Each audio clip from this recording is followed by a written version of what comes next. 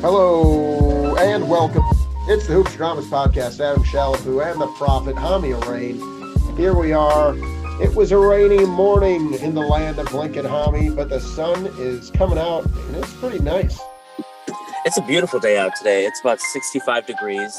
I got a workout in. I got my today was legs day. It was good. Very tough, very challenging. I was going to stop by the ATM here, but I guess I could do this in about an hour. I got some time. But yeah, it was very good. It was very very wet and very kind of I don't know. We needed rain. We were kind of due for rain, and hopefully we're past that, at least for the time being. But today, man, there's no complaints. The thing is that like when it's really nice out, everyone's outside, Yeah. but everyone's on their bikes, everyone's playing basketball, whatever, but no one plays when it's cloudy and it's like this. No one likes to play when it's cloudy. This is true. It's weird because it's actually it's pretty much the same. I mean, it's a little bit cooler because there's no sun, but no one. I mean, people are really weird about the weather. Well, I believe it was supposed to rain all day, but Yeah, it was supposed to rain at least most of the morning, but it was very, very late in the morning. It was supposed to rain all day yesterday, but it was mostly in the second half of the day. And today was just the first. I was the reverse today, so I like it because we were due for a little bit of rain, and now we're gone, and hopefully we're gonna have a very nice weekend. it's looking that way. You know who's been real nice lately is Russell Westbrook. Yeah, This guy is averaging a triple double since like 2015, December 2015. I saw, and the guy's been averaging a triple double for half a decade. yeah. And I mean, it's funny. I mean, he's getting a lot of these quotes now, and I don't know. Westbrook goes through a lot of these streaks where he just has just like a godlike week or two. He usually goes through weeks like that every year, every season. yeah, he just kind of has this gear that he seems to be able to turn on, and now has the most wins with the triple double in NBA history as of yesterday, 132, passing Oscar Robertson with 131. Magic Johnson next on that list, 108.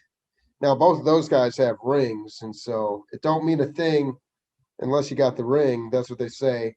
30 triple doubles seasons in NBA history. It's Westbrook's done it 3 times. And then Wilt Chamberlain and Oscar Robertson have each done it once. I mean, the guy's just been a joy to watch lately. And we're Bulls fans. We talk about that on almost every show.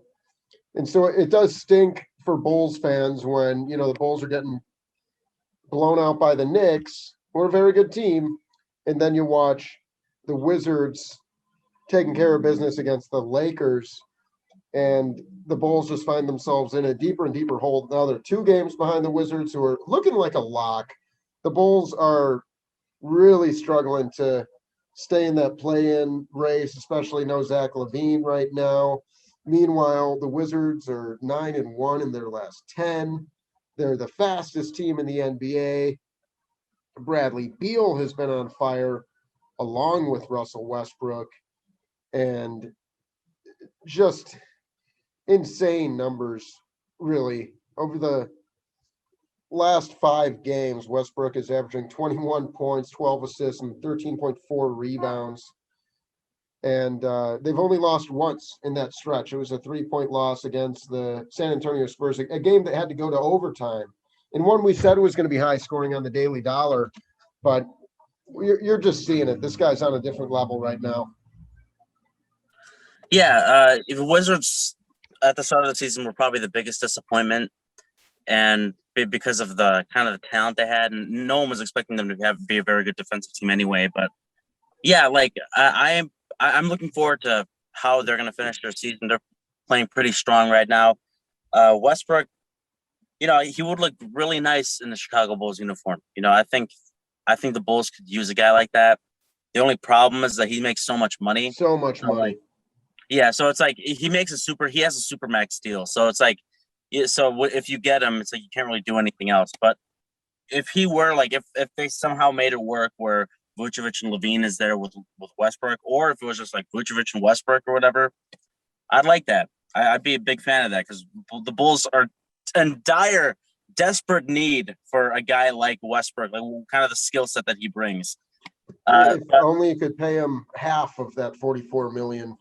The only way is a buyout. That's the only way to get him, and it's like it's not going to happen now, or it's not going to happen until like he's in his last year of that deal. Yeah, and it just doesn't. I don't necessarily see that happening because it's turning out to be a pretty happy marriage between the Washington Lizards and Russell Westbrook. And like you said, he just kind of does have this other gear that he's sometimes just kicks into. And so at this point, I'd be shocked if the Bulls are in the play-in. And I wouldn't be too surprised if the Wizards actually not only get into the play-in, but get into the playoffs. Because right now, they're just about the hottest team in basketball. Who else would be up there? I mean, who else is even a contender? The Suns, maybe? The Suns have been pretty hot lately. The Suns have been super hot. The Knicks have been super hot. That's right. Yeah, the Knicks have been really good. The Knicks have been really good lately. Eastern Conference, like those are probably the two hottest teams. At least in the last 10 games, they're the only ones that are 9-1. So in this little segment, it's the Knicks and the Wizards just on an absolute tear. Those are the only teams in the league right now out of the last 10 games. The Nuggets are still really hot. The Suns, like you said, who are just a game out of first place in the whole league.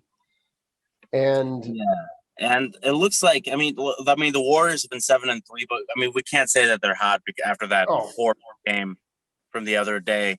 Yeah, against the Mavericks. Yeah, I didn't catch that game, but I saw the score and I saw what happened after 28-0 run. Yeah, I mean that was such an ugly game. Quick shout out to my dad. It's his birthday today. So happy birthday to my dad. Yeah, happy birthday, Bill. And I gave him a gambling tip the other day. He asked me if I had anything that I thought was a lock. I said, take the over on the Dallas Mavericks going against the Golden State Warriors, assuming both teams would be able to score. It turned out only the Mavericks were able to score, but they still hit the over. And that Mavericks team, every once in a while, just shows how dangerous they can be when they're really sharing the rock. And Luka just makes it look so easy, And I'm glad to see, because they got off to a rough start too. And I'm glad to see that they are where they should be, just because Luka Doncic in the playoffs, that's something I want for the next 15 years of my life. I want to enjoy that in early summer, late spring. And I think that will be a staple. But I like that they're in the playoff right now. They're gonna clinch. The Trailblazers are right on their heels, but I do think that the Mavs will hang on. They're just a half a game above Portland, but I think they'll hang on, especially now that it just seems like Luka's starting to come into playoff mode. How effortless it looked against the Warriors the other night. And, that game winner against Memphis. He's just 15 to 23 for 39 points the other night against Golden State. I mean, what can you say about this guy that hasn't already been said? Yeah, there's really nothing. I mean, he's just too good. I mean, but the Mavericks are kind of in a pickle, I mean, like they don't they got Porzingis, who's a pretty good player, but he's not like, I don't know. It seems like Mavs fans are not really seeing him as that second star, and they might need to make a big move like this offseason. I mean, I don't know about this offseason, but like in the future, because like there's going to be a point where it's just going to be like you're just treading, you're just like plateauing kind of, and you're not like the best team, but you're like the sixth best team in the West. Like you're going to be like in like Lillard's situation, where you're too good, but you're like individually you're very good, but your team is not like anything to be taken seriously. I mean, I think that they'll be like they're still relatively young. I think that they could be more of a real contender than the Blazers. And the Blazers, they've had their moments, right? Don't get me wrong. If Nurkic was healthy, I think they'd be a contender this year. But it seems like Nurkic is never really healthy, or at least not 100% healthy. But when he is, he's a top 5 center. Yeah, he's had a bad couple of years here. The Blazers, I mean, it's tough because that's the hardest step to make when you're like the 6th or 7th, 8th seed, whatever, 5th, 6th, 7th seed, and then making the jump to the 3rd, 1st, 2nd, 3rd seed. That's like you have to have like so many things to go right, and I don't know. I just in terms of because I don't know when the Mavericks are thinking championships and stuff like that because it's at least like 2 years away before like they really start like making that big step.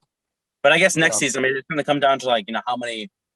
It always comes down to whoever had the best start. Like the Jazz this season and the Suns they've been very healthy and they got up to hot starts, both of them.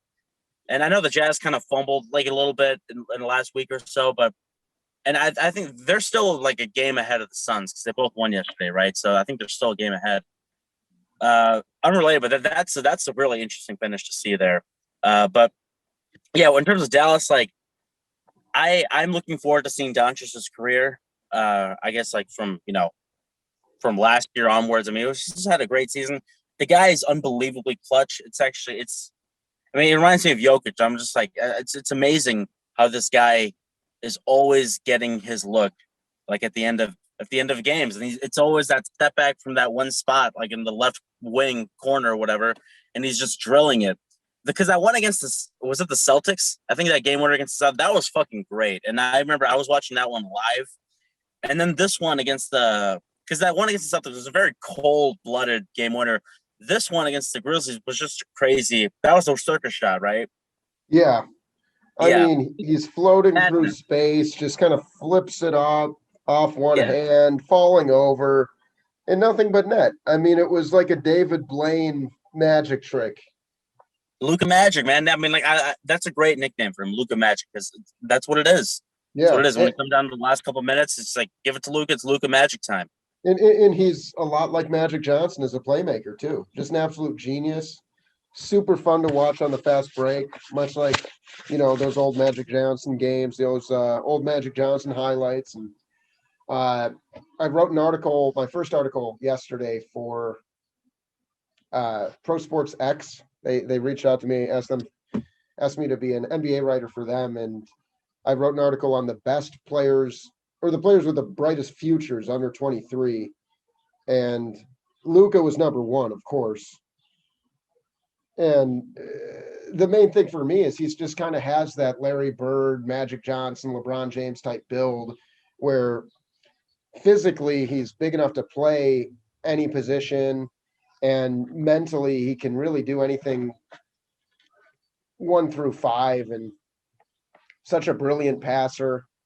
And his post game is just unbelievable. There's not much he can do, whether it's the step back 3 or the post. I think he might be like him, Damian Lillard, Kyrie Irving, and Kevin Durant, and Jokic, I'd say, are the most unguardable players in the league.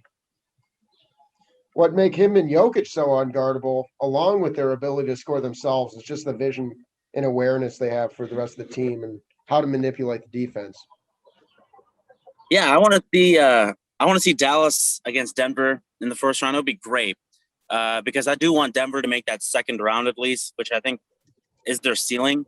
But their ceiling could be the conference finals if they really, if Jokic plays really great and Michael Porter Jr., which I could definitely see them, sneaking into the conference finals like that. But then they get destroyed in the conference finals.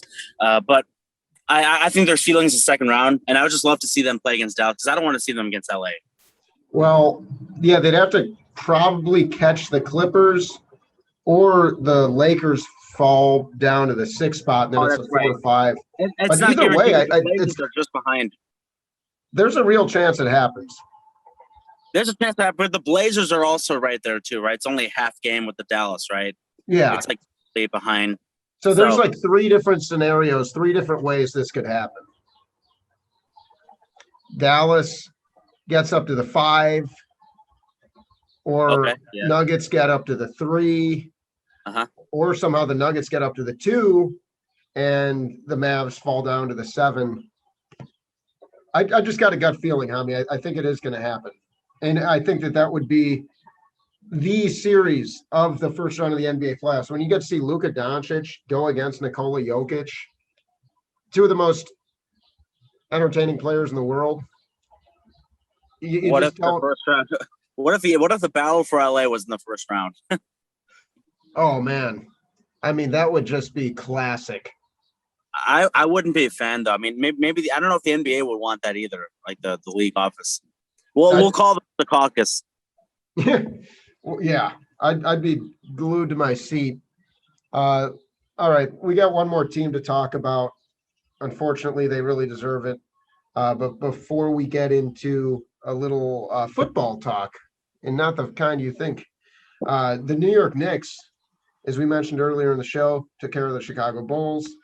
They're now, I mean, they're on fire, man. They couldn't quite win 10 in a row. They were up against Phoenix most of that game, but I gave my dad another tip. He's been getting great tips this week. I told him when the Knicks were down 8, I said, put money on the Knicks to win on money line now, for the Suns to win on money line now, because they'll come back and win. And they did. They won that game by 8 points, 118-110. But that's besides the point. The Knicks are now 35-28. I think they're pretty legit. What's their ceiling? Probably the second round. You don't think there's any chance this team gets to the conference finals? I mean, there's a chance, but they're not better than Milwaukee. They're not better than Brooklyn. They're not. I mean, well, I guess they'd be playing one of those teams. Well, where are they now? Are they 5th seed? They're 4. And so if it all ended today, they're playing the Hawks, and I'd probably like them to beat the Hawks. Yeah, I like them against Atlanta, but then you're playing against Brooklyn or Philly. Yeah. Okay, so yeah, I'd probably agree with you. Second round max for them. But they'll probably make it 6, maybe 7 games in that second round. Yeah, they could, yeah. I mean, if they play against the Nets, that'd be a pretty fun series, by the way. Brooklyn versus Manhattan. I think they could maybe push it to 5 with all their might. I think though I could see I think Philly's gonna end up number 1 actually. I think Philly will end up number 1. Yeah. And so I think that will be very interesting. The Knicks versus Sixers. I think Sixers and 6 there. Knicks Nets would be so much fun because you have the best defense in the league with the Knicks against the best offensive league with the Nets. Yeah. And in that case, I think offense would beat defense. But I do think that the Knicks, I mean, they've had the best defense in the league all year. And Tom Thibodeau's fingerprints are just all over that team. And you can really see it on a nightly basis, how special they are. I mean, it's a classic Tibbs team. Oh, yeah, totally. And then, leave it to him to turn Julius Randle into a superstar. He's been extremely hot lately, but he's had such a good season. But this last little stretch, he's just been untouchable. These last 5 games, he's averaging 28 points, 9 rebounds, 4 assists, and shooting an outlandish 56% from 3. Went 4 of 7 from 3 last night against the Bulls, 34 points. It's kind of like Tibbs took Joakim Noah and Luol Deng. Yeah, into one, yeah. Yeah, without the defense. I mean, he's been good defensively, but those guys were like all league defenders. Yeah, yeah. But just like that point forward, that stretch four. I guess the big point is Thibodeau just gets the most out of his guys no matter what. And that's someone who's had tremendous potential. But you talk about a 3-and-D team, the Knicks are just going to be a tough out, holding teams to 104.7 points per game, and they're fifth in the NBA in three-point field goal percentage. They don't take a ton, but they hit a ton, shooting 38.7. And so they're going to be a tough out. But I got to agree with you. I just don't see them getting past the second round because things are destined to get pretty muddy pretty fast. Yeah, I mean, even in round one, I mean, that can easily be a 7-game series against Atlanta, if that were the case, or it could be whomever else it would be, whomever else is around that area, 4 to 6 in the East. I know the Celtics are kind of been back and stuff like that, climbing slowly. They're their 6th spot now, so they're only 2 games behind the Knicks. So, and then there's Miami, who's also kind of creeping up. They're Miami's been hot. Yeah, that's another team that's been hot. Yeah, Miami's been looking pretty good. They can't beat our Bulls though, which is a good thing. So, yeah. But on the Knicks, I mean, how about that guy Quickly? That guy, man, that guy is a very confident guy. Yesterday, he shot 3 threes from 29 feet. He was just throwing them up. He made, I think, one of them, but he shot it 3 possessions in a row. I'm like, who is this guy? This guy is shooting from way out with 20 on the shot clock. But he's so much fun with D Rose. I love the lineups with them both out there together. Yeah, they got this nice 3-guard lineup out there. Yeah. I kind of like the Knicks. I hate to admit it. Oh man, I like Madison Square Garden. I'll leave it at that. Fair enough. I haven't played 2K in a few weeks, maybe a month or two. But the next time I play, and I'm really only playing against people in person now, but the next time I play, I'm going to be the Knicks. I got to try them out. It's time. Anyway, what would be a good matchup against them? What would be a good matchup? Just like an even matchup. What would you? Pelicans. Okay. 2 good teams. Pelicans have more stars. The Knicks are better. Yeah. Yeah, I was gonna say the Pelicans are. I mean, they got because I feel like Zion in the video game is hard to play with. Is he? I haven't played enough with him to give you an honest answer. Yeah. Yeah, because I feel like his skill set's so like if it was NBA Jam, he'd be incredible.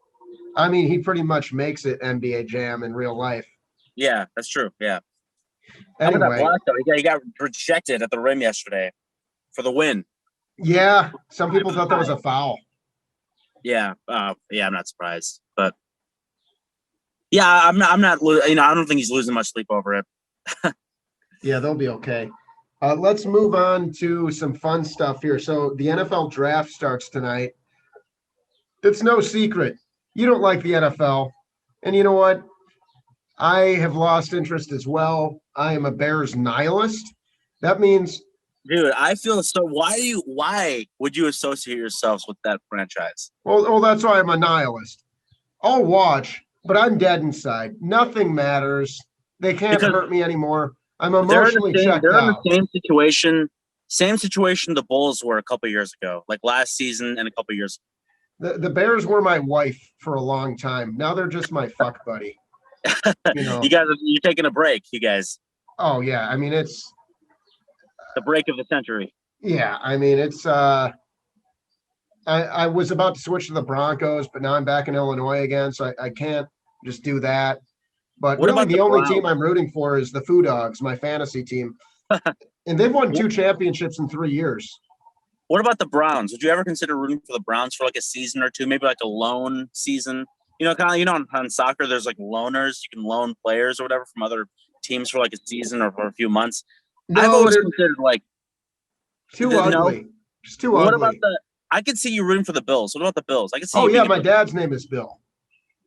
There you go. So there you go. I'm already a Bills fan. Happy birthday to you. Happy birthday to you. Happy birthday, dear Bill. There's a football team named after you. That's perfect. Yeah, fun fact. The Bills are named after my dad. Anyway. I don't know who came first, the Bills or Bill, but facts are facts. Anyway, so let's have a little fun with this. They always have these big boards with the NFL draft, right? On Yeah. ESPN. They're like, oh, he's on the big board. Josiah Johnson out of Arkansas. He can throw the ball a quarter mile. He's got 3 legs, which is one more leg than most people who have legs. Unless you're a dog, it's one less.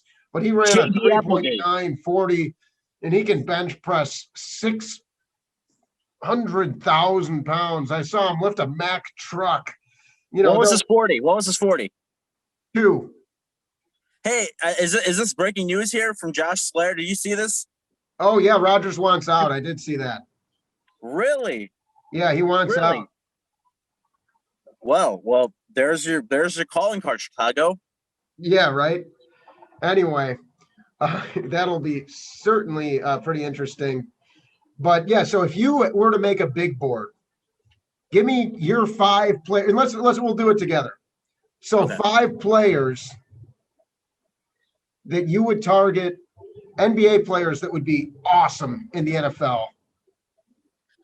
I feel like well, obviously, you got the quarterback, right? And a guy like Jokic is like a good option, or like Lonzo Ball, I think would be a pretty good option. Yeah. Jokic would stand over the pocket. He'd have no issue with that. Some of those Jokic probably is your best bet for that because he's so tall. Who's the tallest quarter? I mean, I know Tom Brady was he's like 6'6", right? 6'7", something like that. Oh, I don't know. I know Brock Osweiler, the human giraffe out of Kalispell, Montana. He was 6'8". He's 6'8". I remember there was one like all-time legend quarterback who was really tall. I think Mike Glennon was 6'8" too. Who? Mike Glennon was also like 6'8". Oh yeah, legend, Hall of Famer. Yeah. No, I know there was like I don't know if it was Joe Montana or something. One of those like amazing quarterbacks like from back then, maybe Marino, I don't know. But I don't know, one of them was really tall, like 6'8", 6'10", I don't know, something like that. I haven't heard of anybody 6'10". Terry Bradshaw, was he really tall? I could look it up. Maybe it was him. But yeah, a guy like Jokic would be great. Bradshaw 6'3". Okay, so he's not that tall. Okay, never mind. Well, I feel like number 1 on the big board has to be LeBron James. Oh, of course, yeah. That's wide receiver, tight end. Yeah, he could probably play quarterback. Yeah, probably offensive weapon. I mean, he's the team in the NBA, so I feel like it'd be the same in the NFL. Like he'd be the team. Yeah, put him on the Browns. Oh, dude, imagine him I used to watch a lot of arena football. I used to go to a ton of Chicago Rush games because my friend's dad was one of the doctors for the team. One of the trainers or whatever for the team. Shout out to Raj and Khanna, Dr. Khanna. Shout out to you guys. You guys always take me to Rush games, Bulls games, all that stuff. Great times. Very thankful for you guys. But LeBron James would be the greatest arena football player ever. Because usually those guys play both sides, like offense and LeBron James would be the greatest. Just put him at safety. Yeah, you put him at safety, and you can also put him at quarterback. You can put him in different positions. You can put him anywhere you want. Yeah. Now, another guy. What position would LeBron be on a baseball field? Oh man, I would put him in the outfield and just have him rob home runs. That's actually a good idea. I was thinking something like first base. I don't know, because he's really tall, and it's just like, I guess. And I guess another option was catching, but I feel like LeBron wouldn't suit well in catching. I feel like you'd have to use his jumping ability, third base or the outfield. Yeah. Okay. Yeah. That's a good point. Yeah. Maybe shortstop. I don't know. If you got a little more lean and faster, he'd almost be too high for short or too tall for shortstop. Yeah. Those ground balls might be an issue. Yeah. Well, back to the football field. Yeah, like LeBron's probably your first bet. Yeah. And I mean, like who else? Who do we know that played football? I'm not sure. Maybe we can hit a Google. Sheer athletic ability, though. I mean, obviously LeBron played football, and I know, like, of course, Anthony Edwards. Oh, duh. Yeah, that was the guy who said he wanted to play football because he danced a lot. Which I think he was joking because now that we know a little bit more about Anthony Edwards, he's definitely a troll kind of guy. Okay. He's a very funny guy, apparently. So, like, I wouldn't be surprised if he was kidding about that or if he was kind of exaggerating. But yeah, like he'd probably be a good wide receiver. Oh yeah, or a hell of a running back. He's so shifty. You know who I thought would be a good running back, who I always considered? Marcus Smart. Yeah. Goal line back. Psycho. Yeah. I can see Marcus Smart being like, Or maybe like a those like hard small hitting safety, just like kind of that Tyrann Mathieu Oh energy. yeah. That's really good. I like Smart on both ends like that. And of course, a My guy. team is gonna be my side's gonna play both sides. We're gonna play 40 style. I We'll like play that. both sides. Yeah. Did they do that in the 62? I don't know if they did that in the 60s, but I feel like in the 40s they do something like that. Chicago Bears 40s dynasty. Bronco Or was it the Lions? Nagurski, linebacker and fullback. Oh my God, yeah, you're right. That was a full court trap. Sure was. Zion Williamson. Yeah, that's another good option. Like, I feel talk like about a red zone target. Oh yeah. 6'6", 285. Just throw it up to him in the end zone, and everybody's screwed. How about Moderna Pfizer Johnson? I feel like he'd be pretty good on the football. Maybe Oh, tight he'd end. break. He'd break. Yeah, He'd be snap good. in half. Good tight end. Yeah. Like all so the you're saying he'd be skills are weak. there. If it was Okay. if it was a What flag about league. Aaron Gordon? Aaron Gordon, Ooh, tight end. I feel like Aaron Gordon played football in high school. I'll give you Aaron Gordon, sure. I don't want to give anyone like who's too obvious, but like I feel like Kyrie Irving could be a good running back. James Harden, the masturbator, could be a good running back. I don't know if he's fast enough, but he'd have the vision for it. He'd have good vision. He's huge. Yeah. Like a tank, that guy. He's really strong. But I guess it doesn't really mean much if you don't know how to use your body, like your balance. Because he's really good with his feet too, Harden. Yeah. The masturbator, really good with his feet. Yeah, who else would be? Because obviously, like I feel like Jokic and like those kind of guys, I feel like that's too obvious. Because like they're just too good. Like they're too good at passing and stuff like that. Well, I can think of a lot of these NBA or NFL players that used to play college basketball, but I can't think of any NBA players that used to play college football or anything. The only one I can think of is Charlie Ward, the Heisman Trophy winner. I think that was 1991. Yeah. Of the New York Knickerbockers. What position did he play? He was point guard. Oh, and quarterback and point guard. Yeah. Oh wow. I remember he was a point guard, but wow, he's a quarterback. Wow, really impressive. Apparently, pretty good. Yeah, so, Heisman. Man, that's crazy. We got LeBron, Zion, Jokic. Let's throw Marcus Smart in there. Who's our fifth one? We have Aaron Gordon as well. Okay, Aaron Gordon. He can be off the bench. I don't know. Yeah. Who else could be in here? I mean, yeah. Let's pick one more. How about Ryshawn Holmes? He's a very good passer. Okay. Yeah, but he can also be like a tight end or whatever. Yeah, good blocking tight end, red zone threat. He's another guy who's very good with his feet. He's very, very smart player. He's low key, very smart player. Yeah, and from the Chicago area. You don't really think of him, and like he's like a great passer. Yeah, I mean, you can go with Zach LaVine for a wide receiver, or probably wide receiver, right? He's kind of thin, but like he's very fast and he can jump. Yeah, unbelievable body control in the air. I like LaVine as receiver for sure. Boban Marjanovic, offensive lineman. Yeah, just bully. Yeah. I like that. All right, so wrapping up the show, we guess we saved this for last. We talked about doing it first. We wound up doing it last. But we're going to go through tonight's games. It is about 2:00 Central Time right now. And so I'm pulling up the games. And the reason we saved this for last is, frankly, there's just not a ton of great games tonight. There's a lot that should be one-sided. But you know how it goes. Weird things happen every single day. And so there will be some upsets. But honestly, I look at every single one of these games, and it just seems obvious who should win. It never really goes that way. I can see the Warriors Timberwolves. I can see that being the game of the night. The Timberwolves have won 3 in a row, and the Warriors apparently forgot how to put the ball in the basket. Yeah, I know the Warriors were playing pretty well before that horrible game. But I think I think that will be a very close game. And Kelly Oubre's out. Yeah. Yeah, that one is quite interesting. What are your thoughts? Who are you going with? Well, I'm going with my team, obviously my second team, the Warriors. I'm going to go with them winning 106 to 104.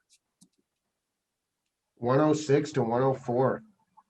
Interesting. So that's a 110. So you're Yeah, going 210. way under. The it's 234 is the prediction. Oh, wow.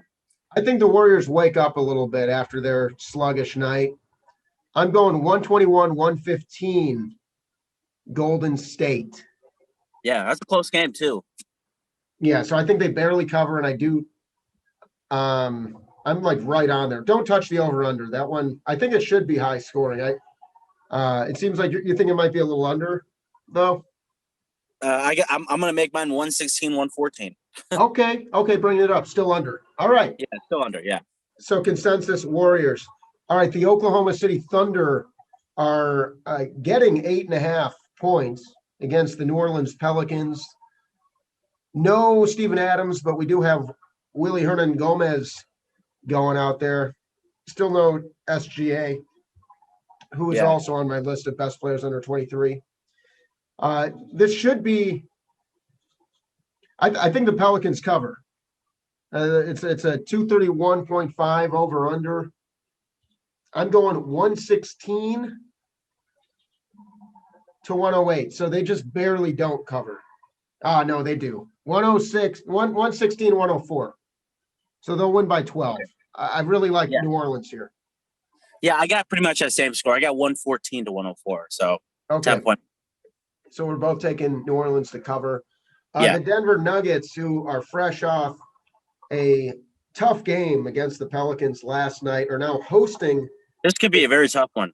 Yeah, this one could go either way. This could be the smells game like a trap game. Yeah. The Raptors visiting the Nuggets, and Chris Boucher, Gary Trent Jr., Fred VanVleet, and who is this Watson? Dr. Watson, Paul Watson. Never heard of him. He's out. Now for the Nuggets, no word yet on Michael Porter Jr.'s game time decision. Will Barton is out. Monte Morris is out. So it's also kind of an under, I don't know, not a very healthy Nuggets team, Hami. It makes me nervous. If there's one that goes the wrong way, I think it's this, but I still think that the Nuggets hang on. I'm going 109, 105 Nuggets, and I'm taking the under. Similar score. I got 109 to 104 Toronto winning. Wow. Okay, so we got a toss up there. Yeah, it's gonna be a good one. I think this might be the game of the night. Actually, I mean, those two, the Warriors, Timberwolves, and Raptors, those can be pretty good games. Yeah, the Houston Rockets, 15-47 on the year, not their best year, and a lot of players out. Dave Nwaba, Daniel House, Eric Gordon, Sterling Brown, Avery Bradley, and DJ Augustine all out. Giannis is a game time decision. DiVincenzo is a game time decision.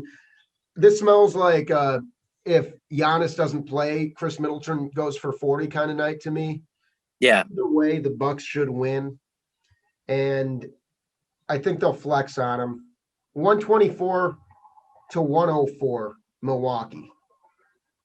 Yeah, that's a good one. Yeah, I got 117 to 96 Milwaukee. Okay, I like that. Holding them under 100 points. All right, the Indiana Pacers, who do not have Domantas Sabonis or Miles Turner, hosting the Brooklyn Nets. And Harden and Irving are out against the Nets, or against the Pacers rather. But Kevin Durant's playing, Joe Harris is playing, DeAndre Jordan's playing, Blake Griffin's playing. I think they're going to be fine. And I'm taking the Nets to win this relatively easily. I think Kevin Durant goes off 120 to 106. Yeah, I got 123 to 109. So similar scores. All right. Well, that gets us through all our games. We did Dallas, Detroit. Did we do Dallas, Detroit? No, we didn't. Okay, this is our last one. We got Dallas, Detroit. This could be a decent one too. Yeah, I mean it's in Detroit, and they like to stick around until the fourth quarter, and then they remember that they're tanking. And so it'll be a close game till late. Game time decision for Kristaps Porzingis. Game time decision for Josh Richardson. Game time decision for Luka Doncic. And so keep an eye on all that. I wouldn't touch this one unless you know who's playing. Especially if it's like the Mavs bench against the Pistons, it could go either way. I do think Mavs win it either way. I'm going 114 to 103 Dallas, so I'm taking the over, but it'll be close. Yeah, so I got under is 213. Yeah, I got 106 to 101 Dallas winning, and that's assuming that Luka's playing. Okay, so you're taking the under there. Okay. Yeah. Well, folks, thank you for listening. Evan Buttress is our graphic designer, the Wax Cowboy. If you like the art, check that out. If you like us, please leave us a friendly review on Apple Podcasts. Really helps us get the ball rolling, helps people find us. All those computer people doing their computer things, they understand it better than we do, but there's some sort of algorithm, I've been told, and it will help us show up in searches when people are looking for their NBA podcasts. And thank you if you've been one of our supporters so far. Shout out to Chicago. We're officially back, and hopefully we'll be talking some high school hoops even coming up. Such a great place for that. And Hami, as always, my friend, it's been a pleasure. Thank you. Yep, thank you. Hey, do you think TJ McConnell could be the next Wes Welker? Let's put him on the big board.